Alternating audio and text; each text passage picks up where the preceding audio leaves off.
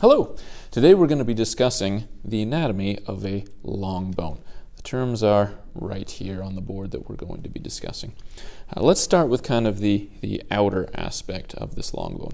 By definition, a long bone is longer than it is wide. So the thin length, or the shaft, of the long bone is known as a diaphysis. So this is the diaphysis. At each end, it widens out. And those wider parts are known as the epiphysis. There's one on each end here.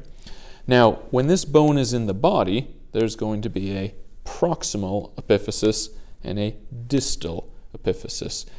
But for our purposes in this class, as long as you know that each is an epiphysis, we're going to be okay. Now, you can't view it on this bone. We'll see it in a different model in a different video. But between the diaphysis and the epiphysis, that's where you'll find a growth plate. You can see a growth plate from the inside, you can see a growth plate on x-ray, but on this model you just have to kind of know that it's there in between the diaphysis and epiphysis. All right, let's head inside.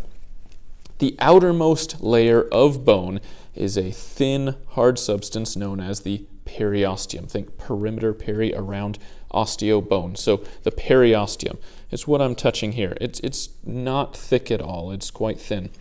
When you then look, this bone layer here on the inside is called the endosteum. So periosteum and endosteum, those are the two layers of compact bone. And then we get to, it's shown here as a canal or cavity, but then they're also showing you it's full of this, they kind of use a foam-like substance. That's marrow. This is called the marrow cavity, more appropriately called the medullary cavity or medullary canal. This is where you'll find not only the yellow marrow packed in there, but also running down the length of it, you'll find the central veins and arteries that are providing the blood flow to this bone. So on the outside you have your diaphysis, your two epiphysis with the growth plate as a line in between. Then you have your periosteum on the outside, your endosteum as the bone on the inside, and then your medullary canal filled with that yellow marrow and the blood flow. One that's not listed on the board that I will add, not on all the bone, and it's not a type of bone, it's a type of really hard cartilage, and it lines the surface wherever two bones come together, and that's called articular cartilage. Articular refers to joint, so it's the cartilage at the joint.